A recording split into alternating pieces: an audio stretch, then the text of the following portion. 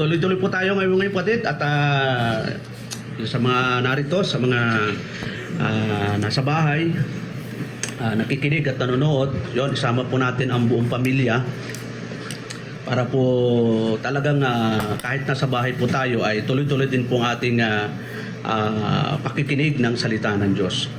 So yung mga inawit natin, napakaganda, no? Doon sa 205. Tutusin kahit di na tayo mag-preach, no? Umawit na lang tayo sa Panginoon, napakaganda po yung mensahe. Yung great is thy faithfulness, no? Naranasan man na natin ngayon mga kapatid, no, na sa kabila ng mga nangyari, in almost 4 weeks na tayong naka-quarantine, no? Nasa stay at home. Pero ang Diyos po ay hindi nagpapabaya. Medyo tumataba nga tayo, no? Pumuputi, tumataba. So, yun naman ay yung katapatan ng Diyos ay talagang hindi nagbabago. Talagang nandun yung katapatan niya sa kanyang mga anak na hindi niya tayo iiwanan, hindi niya tayo pababayaan. So tayo po'y tumayo at tayo po'y magbasa ng banal na kasulatan, mga kapatid, at buksan lang po natin yung ating Biblia dito po sa awit, no?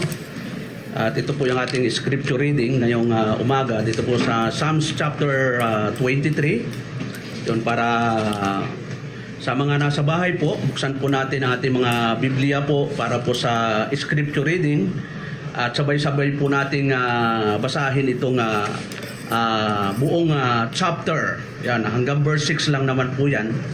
Pero maganda po yung kanyang mensahe. So, sabay-sabay po tayo, kapatid. Psalms 23, verse 1 to 6. The Lord is my shepherd, I shall not want. He maketh me to the down in green pastures. He leadeth me beside me still waters.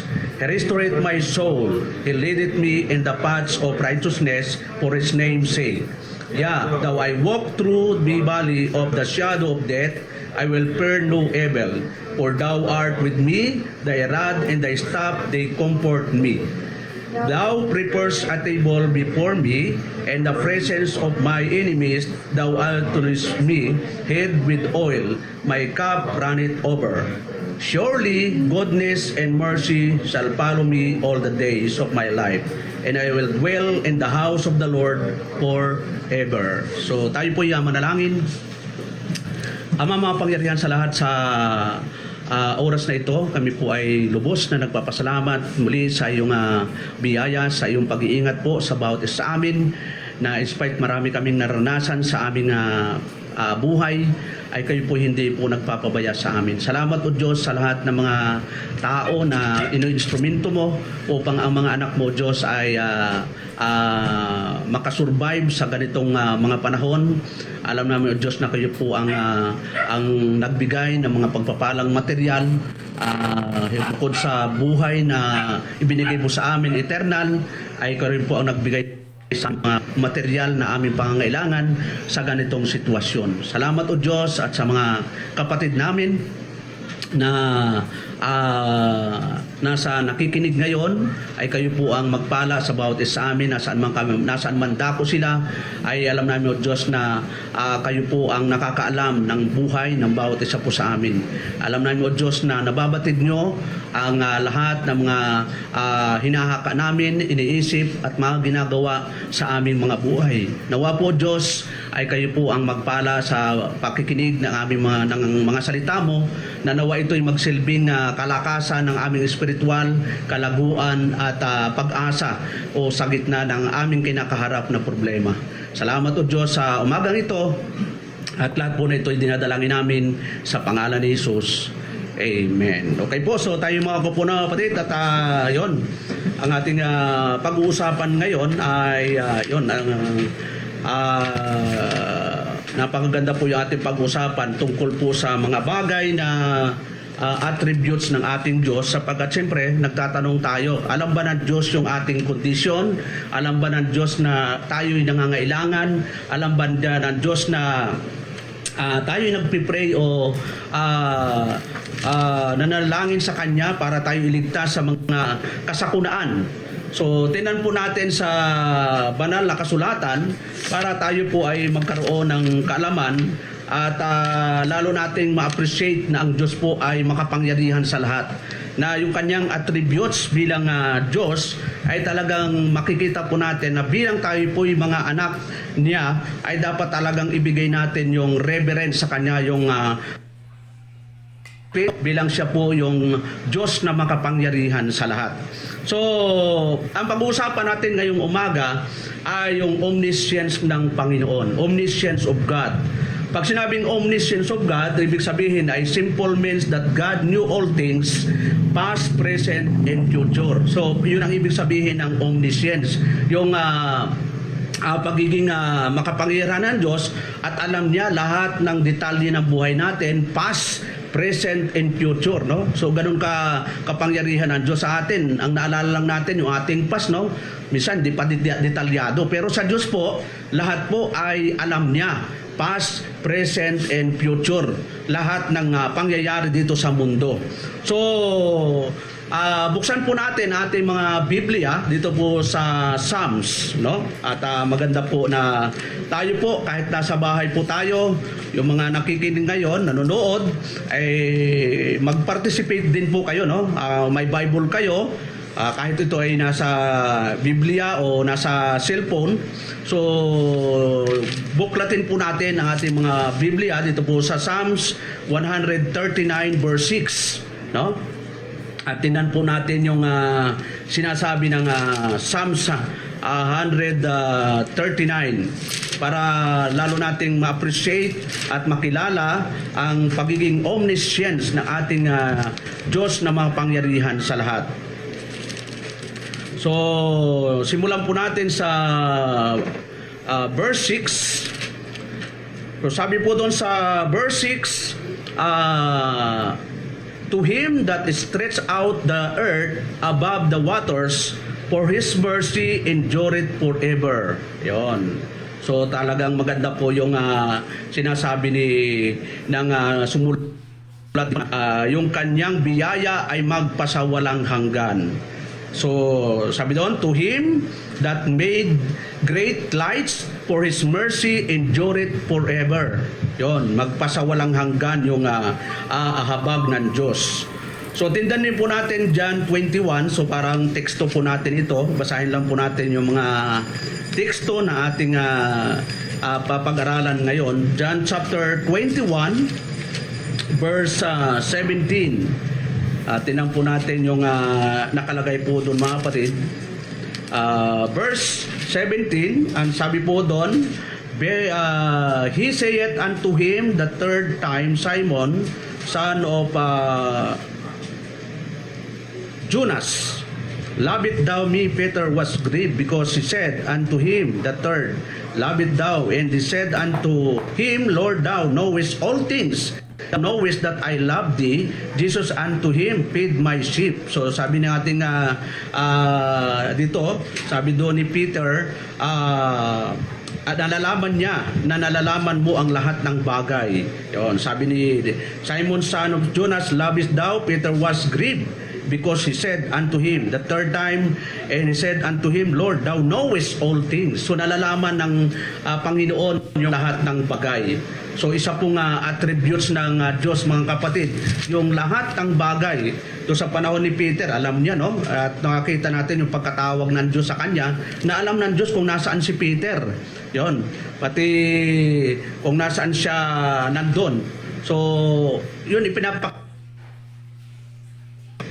na kahit si Apostol Pedro ay kinikilala niya na ang ating Diyos ay nalalaman lahat ng bagay. Dito rin po sa John chapter 16, no? Verse 30. Tingnan po natin. John chapter 16 verse 30. Yan. So yung mga bahay po, tayo po ay magbuklat ng banal na kasulatan. Sabi doon sa chapter 16 verse 30, now are we sure that thou knowest all things, and it is not that any man should ask thee.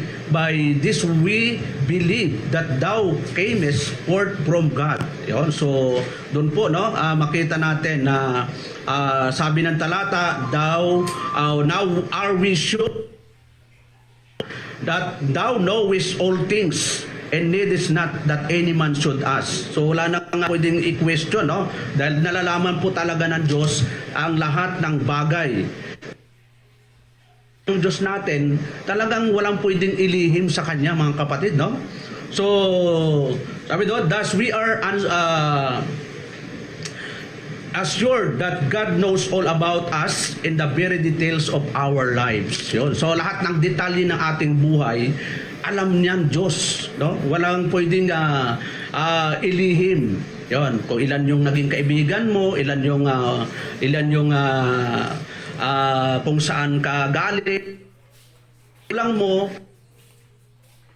kaibigan mo, kung may nararamdaman tayo na anuman, detalye ng buhay natin ay alam ng Diyos, mga kapatid, no? Siya yun yung kanyang attributes. So, tingnan po natin yung 4, no? At makita po natin na kahit si Apostol Pablo sa kanyang sulat ay may patutuo, no? Tingnan po natin ang Hebrew chapter 4 verse 12 hanggang 13, no?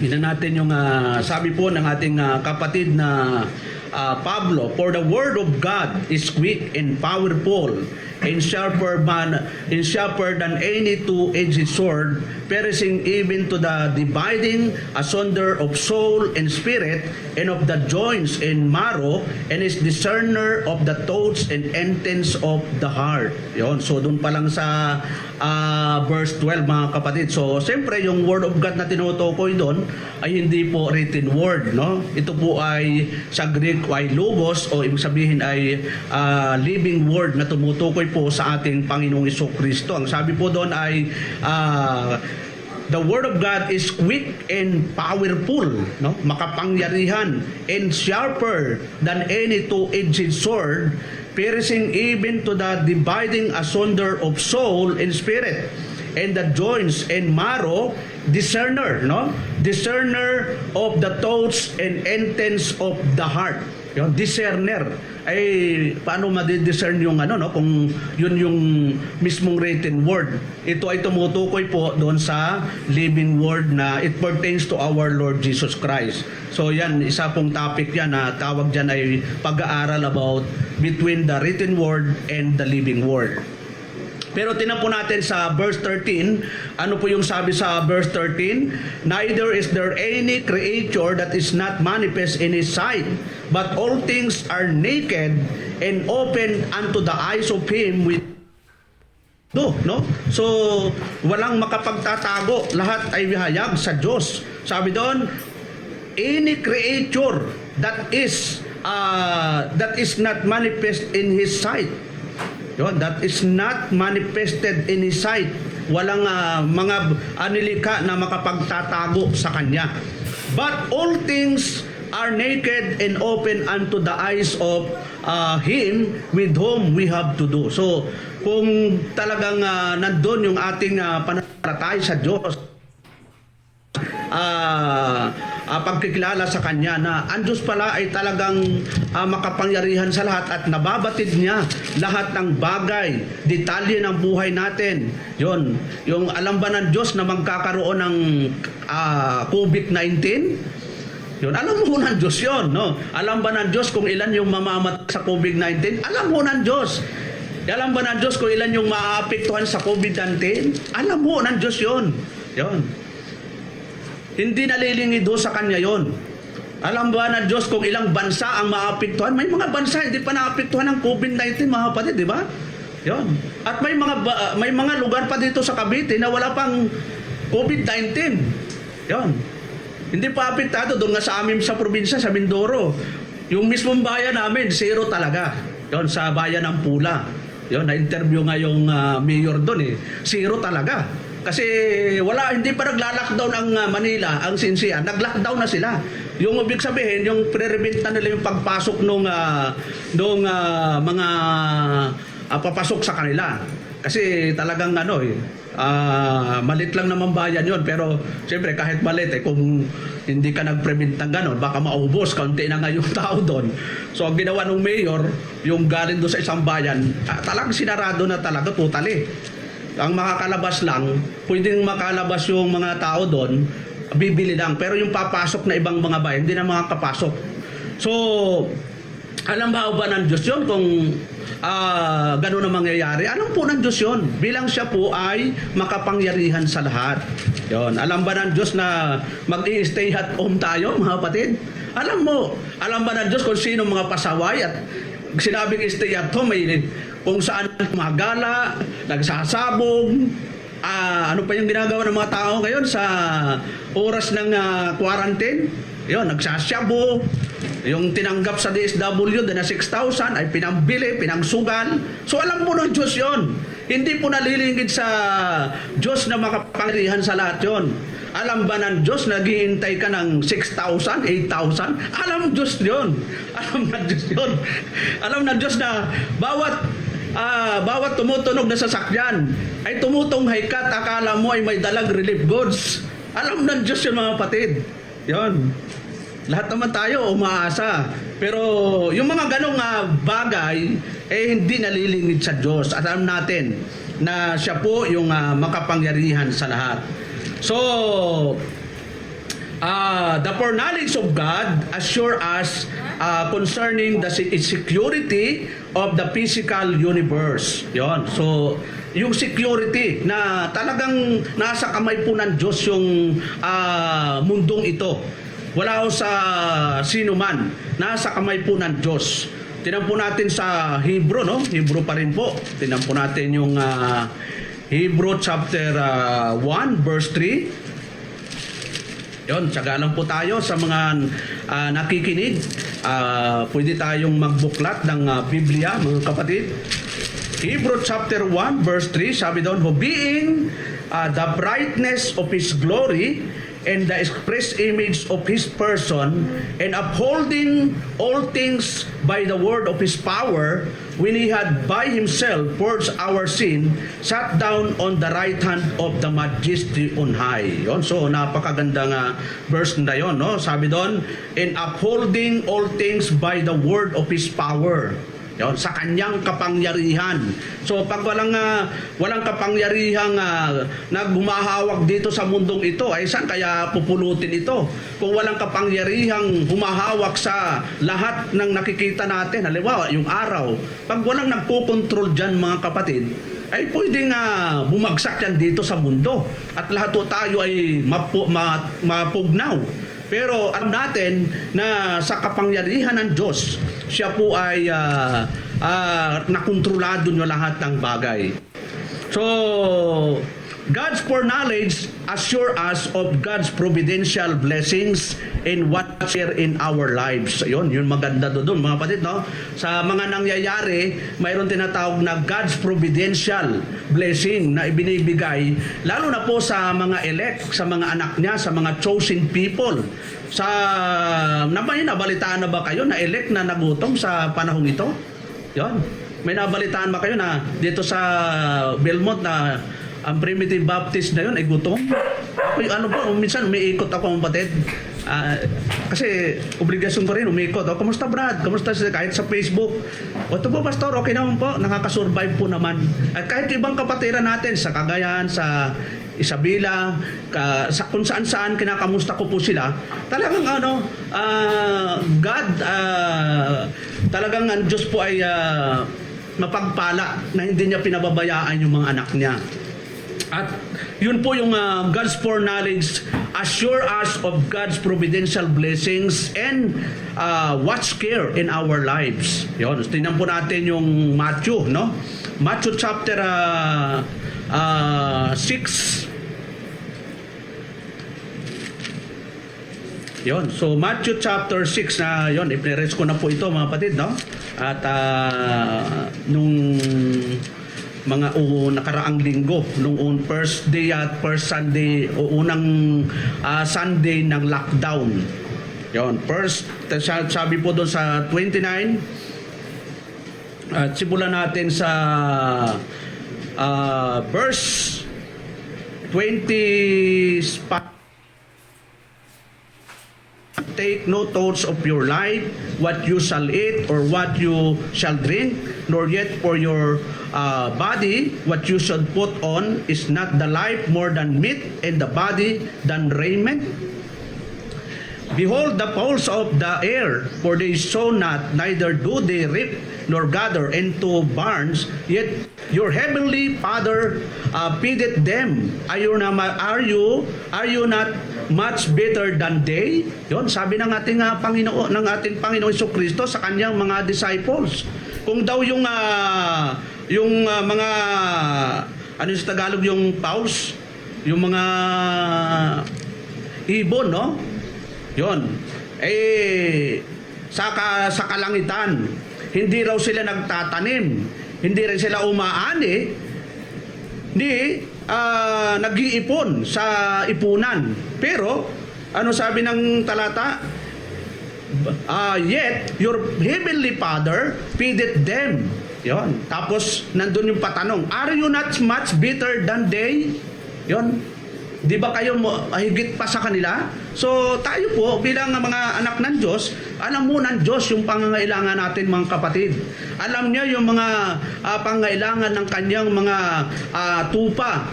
Kasi ang concern ng Panginoon yung tupan niya eh. Ayaw niyang mapabayaan yung tupan niya. Kasi nga, yung tupan niya, siyempre sa kanya na po yun eh. Ito yung, kaya nga siya pumunta dito sa lupa. Kaya nga mayroon tinatawag na redemption para po doon sa mga pinili ng Ama before the foundation of the world. Na kung titinin po natin dito po sa John, tinan po natin yung John chapter 6 verse 37 hanggang 39. Sabi ng ating Panginoon, but I said unto you that you also have But I said unto you that you also have seen me and believe not. All that the Father giveth me shall come to me, in him that cometh to me I will no wise cast out.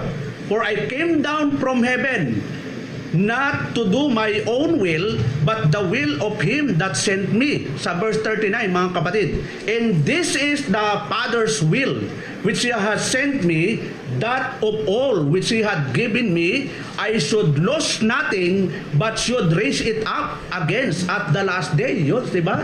Nakakatuwa yun. Na, ano ba yung mga problemang yan sa pangako ng Panginoon? Na anumang mangyari, ay mayroon tayong tinatawag na eternal security. Alam po ng Diyos yun na minsan nahihirapan yung mga anak niya. Alam ng Diyos na minsan ay naroblema ang kanyang mga anak. Pero tulad nga sinabi nga niya na kung yung mga ibon nga pinapakain niya, ayaw masmur kayo, no? Na tayo ay pinili ng Ama before the foundation of the world. Tayo ay tinubos ng ating Panginoon. Tayo na born again through the power of the Holy Spirit. At ang maganda nun, mayroon na tayong silyo ng Banal na Espiritu. Pag sinabing silyo, tayo po ay pagmamay-ari na ng Diyos. So pag sinabing pagmamay-ari, hindi niya hahayaan na yung kanyang tupa ay magutom. No? Mayroon bang may-ari ng tupa na gugutumin yung sarili, yung alaga niyang tupa? Hindi niya hayaan, mga kapatid, yun. At ang concern nga, sabi ng Panginoon, kung may isang daan kang tupa at yung isa ay naligaw, ang concern nung nag-aalaga ng tupa? Kung nagugutom yung isang tupa, ang concern ng Diyos doon sa isang tupang nagugutom. Yun, hindi niya pinababayaan yon. So, ganun din po sa yung mga mananampalataya na kung titinan po natin, balikan po yung Matthew, tinan po natin uli yung Matthew chapter 6, no? Verse saan tayo tugpos doon? Verse 27, sabi doon, which of you by taking thought can add one cubit unto his stature? And why take you thought for raiment? Consider the lilies of the field, how they grow. They toil not, neither do they spin. Yon, yung mga lilies daw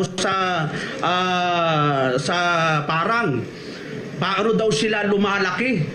Wala namang nag-aalaga sa kanila, di ba? At kusang lumalaki ito. Sabi doon, they toil not, neither do they spin. And yet I say unto you that even Solomon in all his glory was not one all this. Tapos sa verse 30, wherefore, if God so clothe the grass of the field, which today is and tomorrow is cast into the oven, shall he not much more clothe you, O ye of little faith? Yon, more than tayo sa lili, more than tayo sa mga ibon, mga kapatid. Kung yung ibon daw pinapakain, kung yung lili daw ay dinaramtan, ay masigit daw tayo na talagang nandun yung pag-aalaga sa atin ng Diyos. So, yung tinatawag na providential, God's providential blessing and what's care, hindi nawawala. Yon. Alam ng Diyos, mga kapatid, na may pangangailangan tayo. Ang pangangailangan natin, physical. Ano yung physical? Siyempre, yung physical, nawa Lord, maligtas kami sa karamdaman, sa COVID-19. Nagpipray ka nga, pero ayaw mo namang sumunod. Yon. Punta ka sa palengke. Yon. Ang daming tao sa palengke, no? Okay lang yung kung nakamas ka, tapos pagpasok mo sa bahay, nagduha ka alcohol, yun, at yung kinakailangan, uminom ng vitamin C, yun, matulog ng maaga, nag-iingat ka sa labas, pero walang disiplina. Matutulog ka, alas 3 ng madaling araw, ay talagang bababa yung immune system mo.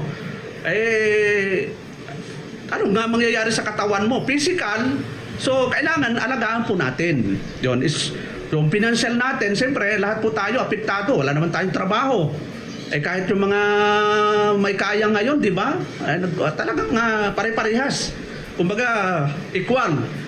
Yung mga sanay sa hirap, baliwala yung ganong hirap. Pero pag hindi sanay sa hirap, nako, yung mga sanay sa masasarap na ulam, tayo sanay kung anong nandyan.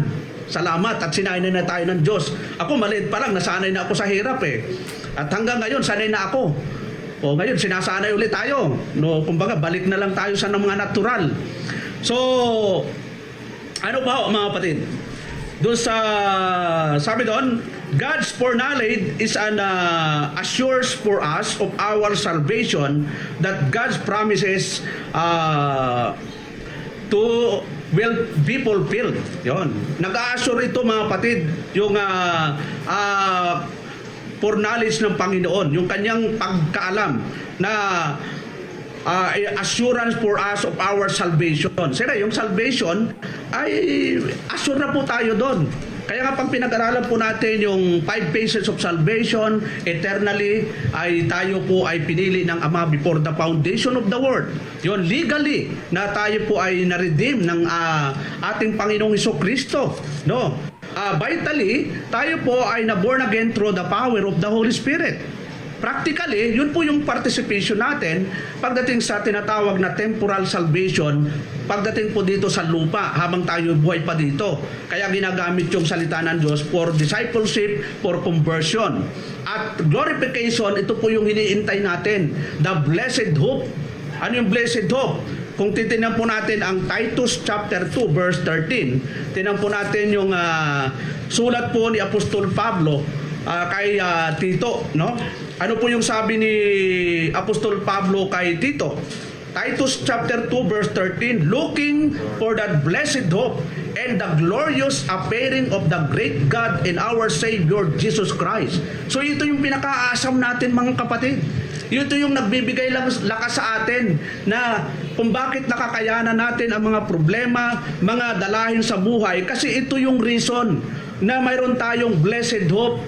Kasi dito sa lupa, pag dito ka umasa, hindi natin alam ang susunod na sitwasyon. Hindi natin alam kung ano yung susunod nito. Maaring matapos itong COVID-19.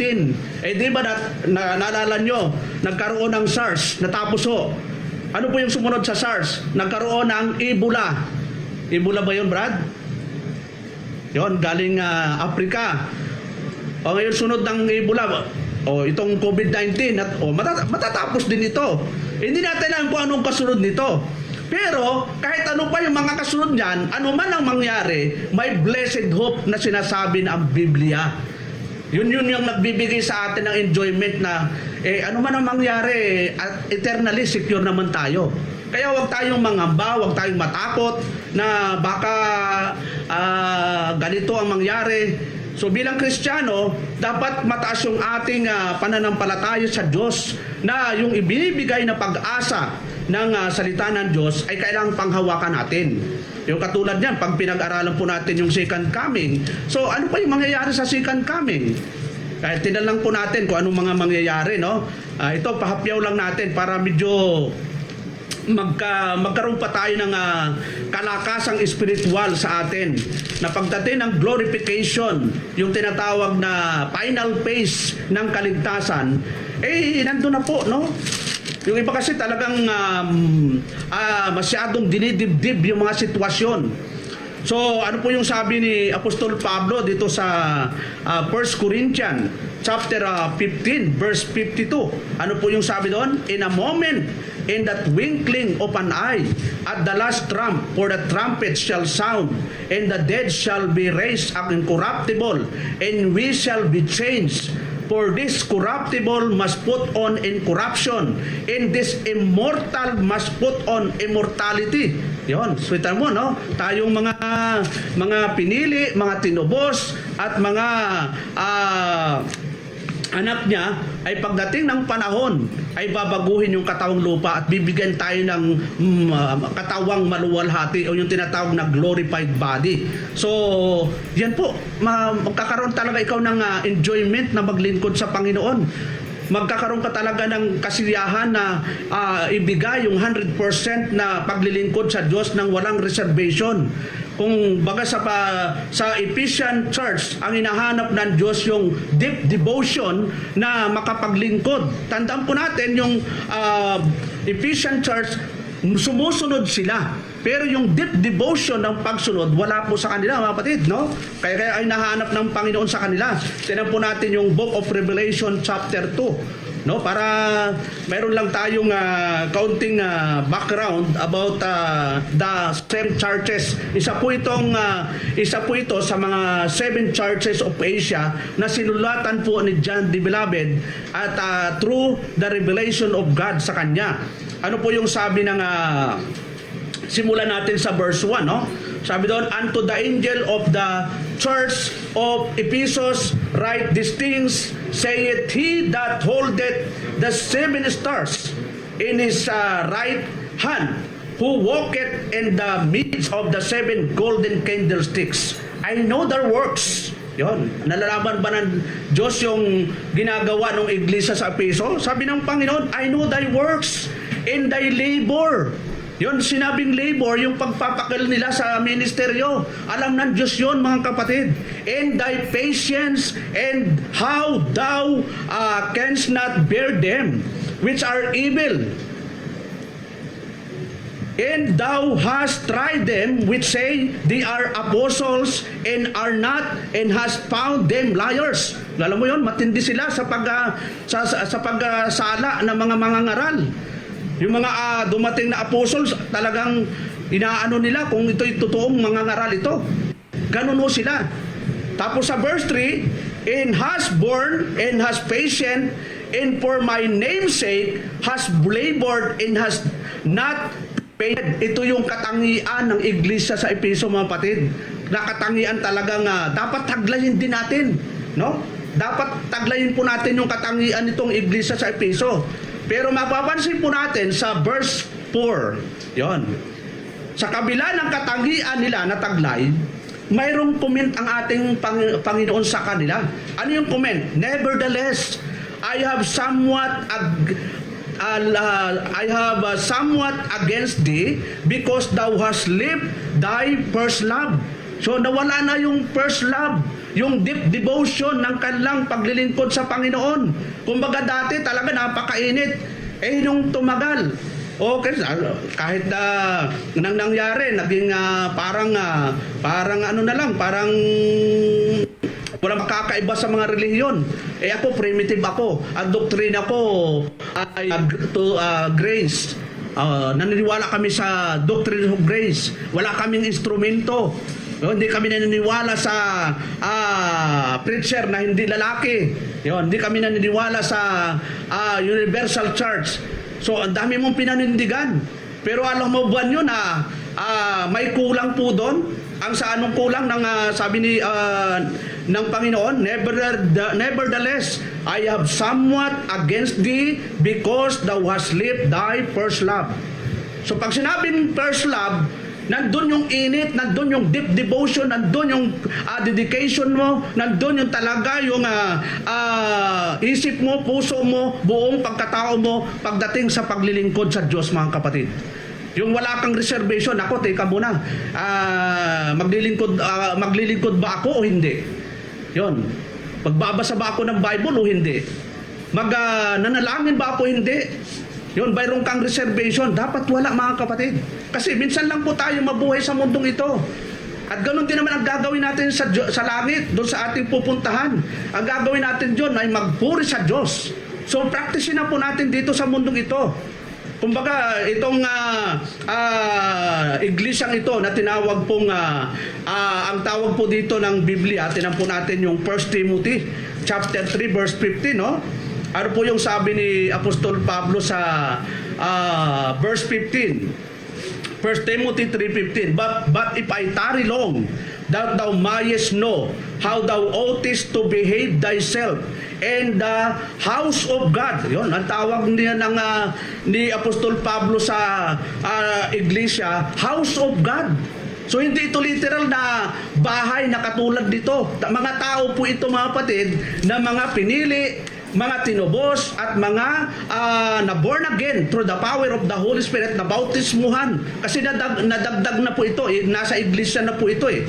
Yun, pag sabi iglesia, ito po ay mga kalipunan ng mga tinawag ng Diyos. So, ano pa doon? Sabi doon, bahay ng Diyos, which is the church of the living God. Yun yung iglesia, yung mga kalipunan ng tao, ito po ay, sabi ni Apostol Pablo, the church of the living God. Iglesia daw ng buhay na Diyos, hindi patay na Diyos. Yung iba, patay na yung Diyos nila. Tayo, buhay na Diyos. Sabi ni Apostol Pablo. At ang sabi doon, the pillar and ground of the truth. Iglesia po, o Church of God, o Church of Christ. Kano pang tawag? Ang daming tawag po pagdating po sa church. So, ano po yung punto, mga kapatid, no? Nalalaman po ng Diyos lahat po ng ating mga kinakailangan, pangangailangan. Kaya, naniniwala po ako, experience ko po talaga, personal, no? Ilang linggo na po tayong lockdown. Ilang linggo na po tayong stay at home. Personal, wala naman talaga akong income. At wala naman talaga tayong income. Walang pumapasok. Yun, puro labas. Pero biyaya ng Diyos na hindi tayo nagkukulang. Nakakaraos pa rin tayo. Umaga, tanghali, hapunan. Yun, kumplito pa ho yun. Hindi pa nababawasan yung umaga, tanghali, hapunan. Yun. Yung iba, tanghalian, hapunan. So, walang problema doon.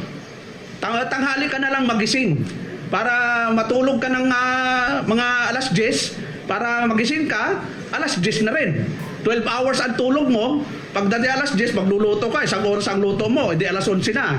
Pag alas 11, lunch ayon, Brad. Breakfast sa lunch, magkasama na. Pagdating naman alas 2 hanggang alas 4, matulog ka rin. Yon. Para at least pagising mo alas 5, alas 4, luto na, edi dalawa na lang ang kain, no? So, blessing mo yun, mga kapatid. Kasi maraming mga lugar, talagang pinagkakasya na lang kung anong mayroon. Isang beses na lang sila kumain. Minsan doon sa, may nabasa ako, no? Na talagang isang beses, pero hati-hati pa yung kanilang kinakain. So, anong punto natin doon, mga kapatid? Na ang Diyos po ay palaging nagsusubaybay, palaging nagbabantay po sa atin. Tayong mga anak ng Diyos, no? So, tinan po natin, panghuli, God dito po sa Acts chapter 15, no? Malapit na po tayo magtapos, mga kapatid. Acts chapter 15, verse 18. So ano po yung sabi ng ating ng aklat ng Gawa chapter 15 verse 18. Known unto God are all His works from the beginning of the world. Yun, known unto God are all His works from the beginning of the world. Lahat po ng sa pasimula, yung mga gawa ng Diyos. Sabi doon, wherefore my sentence is that we trouble not them which from among for Gentiles are turned to God. So kasi ayun to, pangangaral po ito no, na talagang ipinapakilala na talagang yung Diyos na kikinilala nung nangangaral dito ay talagang Diyos na makapangyarihan sa lahat, no? Tingnan natin po natin 1 Corinthians 2:7. Basahin lang po natin yung mga verses na magsusuporta doon sa ating pinapag-aralan ngayon. Sa 1 Corinthians chapter 2 verse 7. Tingnan natin yung verse 7. But we speak the wisdom of God in a mystery, even the hidden wisdom which God ordained before the world unto our glory. Yun. So makita po natin yung sabi doon, the wisdom of God. Yun, yung katalinuhan, yung karunungan ng Diyos. Isaiah chapter 46. So, basahin lang muna natin. Maraming talata para sagana tayo sa verses, mga kapatid. Isaiah chapter 46 verse 10. Yun, kung kayo po ay nakakasubaybay, nakikinig, nanonood, ayan, maganda magbukas po kayo ng Biblia.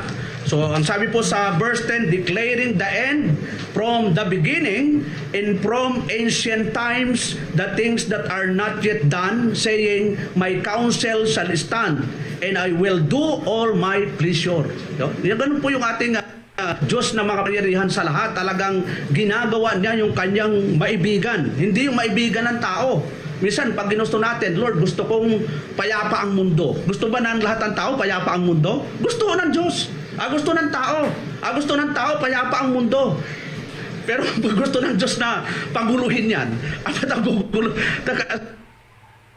Genesis chapter 6, abay, itong mga tao kumakain, umiinom, dumating po yung dilubyo. Paano ka magiging payapa doon? Dahil sa kasalanan ng tao, ginagawa din ng Diyos yung tinatawag na judgment, no? At makita natin sa Genesis, sa Genesis chapter 6, no? Tapos ginawaran ng Diyos yung mundo ng hatol. Yon. At sa Sodom at Gomorrah, dahil sa matinding kasalanan, ginawa din ng Diyos yung hatol. Yon, 'di ba? Umulan ng apoy at asupre, no? Dalawang bayan ang tinupok during the time. So, makita po natin doon na kung ulitin lang po natin yung pagkabasa doon sa Isaiah chapter 46 verse 10, sabi po doon, declaring the end from the beginning and from ancient times the things that are not yet done, saying my counsel. Yun, yung payo niya, ang sabi ng Panginoon Diyos, ang payo ko ay tatayo. Yun, shall stand and I will do all my pleasure. Yun, hindi payo ng tao. Ang daming payo kaya ng tao Kaya pag hihingi ka ng payo, Pastor Brad, ano kaya ang gagawin ko? So, kailangan yung payo manggagaling sa salita ng Diyos, sapagkat ito na po yung written revelation ng Diyos. Hindi naman ang Diyos ay kakausapin ka literal. Mismo yung banal na kasulatan ang final authority, final na magkakounsel sa'yo. Halimbawa, ano po yung sinasabi ng Biblia tungkol po sa mag-asawa? Lord, kausapin mo po ako. Hindi pwede kausapin ka ng Diyos diretso. Tulad sa lumang tipan, tapos na po yung tinatawag na kapanahunan yun. Old Testament dispensation ay tapos na po. Kaya nga may New Testament dispensation. Kasi nga yung New Testament, ito po ay naisulat na rin. At wala na rin usapin ng Diyos literal. Bakit to? Dito po sa Hebrew chapter 1, ito yung sinasabi po ng banal na kasulatan. Tingnan po natin ang Hebrew chapter 1 verse 1, mga kapatid, hanggang 2. Sabi doon, God who at sundry times and in diverse manners spake in time past unto the fathers by the prophets, hath in these last days spoken unto us by His Son, whom he had appointed heir of all things, by whom also he made the worlds. Yon. Who being the brightness of his glory and the express image of his person, and upholding all things by the word of his power, when he had by himself purged our sin, sat down on the right hand of the majesty on high. Yon. So, wala na ibang revelation na darating na sasabihin sa'yo, gusto kong malaman ang payo ng Diyos. Ito na po, kumpleto na po ang Biblia. Kung maalala natin, kung nakasubaybay kayo, isa po sa mga tinuturo ko, daily po yan, every 5 o'clock, isa pong natapos natin pag-aral ay the completeness of the Scripture.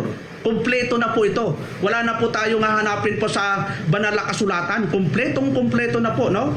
From Genesis to Revelation, kahit anong topic, kahit anong mga usapin, ay pwedeng pag-usapan sa banal na kasulatan. So, dito rin po sa Acts chapter 2, tinan po natin mga kapatid, buklat po tayo ng Biblia. Kasi pag inaantok ka, yan, kalaban po natin yan. Pag inaantok tayo, pinapaypayan pa tayo ng kalaban. O kaya may electric fan. Acts chapter 2, verse 23 hanggang 24. So ano po yung sabi po doon mga kapatid? Acts chapter 2, verse 23. Him being delivered by the determinate counsel and foreknowledge of God, ye have taken and by wicked hands have crucified in stain. Yon. Whom God had raised up, having lost the pains of death, because it was not possible that he should be holden of it. Yon. So, yun po ang sinasabi po dito sa Book of Acts. Nasabi doon, he being delivered by determinate counsel of God.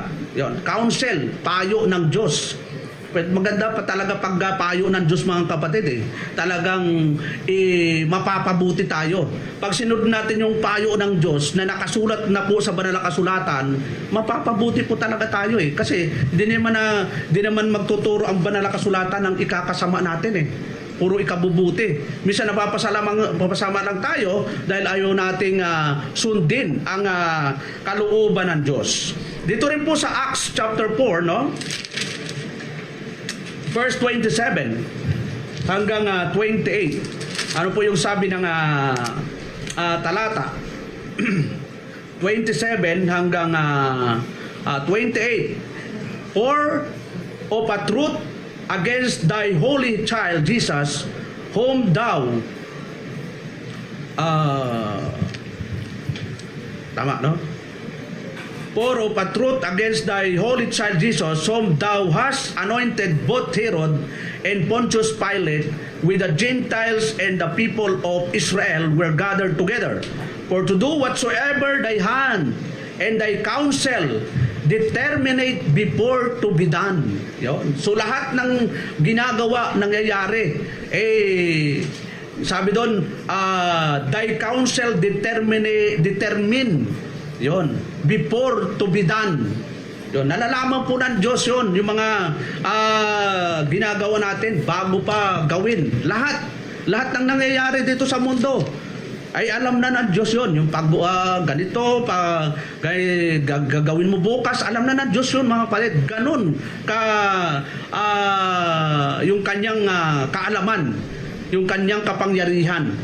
So, ganun lang po mga kapatid sa umagang ito, at nawa po ay napagpala po tayo ng Diyos sa mga aral niya. Nawa po ay magpatuloy po tayo na masigla sa paglilingkod sa Diyos, in spite na tayo po ay nakakaranas ng mga dalahin at problema. Ayun, sa mga kapatid natin sa abroad, no, sa Saudi, nawa kayo po ay naka-lockdown po sila din. Kina Sister Perla, Brother Alex, Brother Joey, kay Brother Randy, no? Nasa barko pa rin sila. Siya hindi pa rin makauwi, no? Naka-quarantine din sa cruise ship. Sa mga kapatid natin sa Malaysia, Brother Matt and Brother Willie sa kanyang pamilya. So naka-quarantine din sila. So lahat ng karamihang bansa ngayon naka-quarantine. So, ipag-pray natin at dito sa Pilipinas, sa mga kapatid natin dyan sa Cagayan, yan, kina Elder Rene, yan, sa mga kapatiran dyan, kina Brother Vince, yon sa Isabela, kay Elder Bini, yon, sa mga kapatid natin doon sa Samar, yon. So, sila po ay nanonood ngayon at nakikinig dahil yun po yung time lang natin para makapag-share ng mabuting balita. Hindi natin pwedeng ganapin yung Hebrew 10:25 kung hindi tayo physical na dadalo sa pagtitipon. Ang ginagawa lang natin ngayon, yung mga wala dito, ay makapagbigay lang tayo ng encouragement, no? Encouragement na spiritual. Pero ang realidad dito talaga doon, hindi talaga natin nagaganap yung Hebrew 10:25 na anong sabi doon sa Hebrew 10:25? Dinan po natin yung Bible. Kasi minsan may bumabatikos po diyan na bakit nagla-live kayo? Hindi naman yung nagaganap yung Hebrew 10:25. Ang realidad, hindi naman talaga natin nagaganap. Pero sa ganitong sitwasyon, nagkakaroon tayo ng kalakasang spiritual, no? Yung Hebrew 10:25 kasi, ganito yung nakalagay, no? Sabi doon, not forsaking the assembling of ourselves together as the manner of some is, but exhorting one us the more as you see the day approaching. Yun, talagang physical na talagang dadalo ka. Kaya lang, mayroong lockdown, mayroong quarantine. Siyempre, yung iba naman ay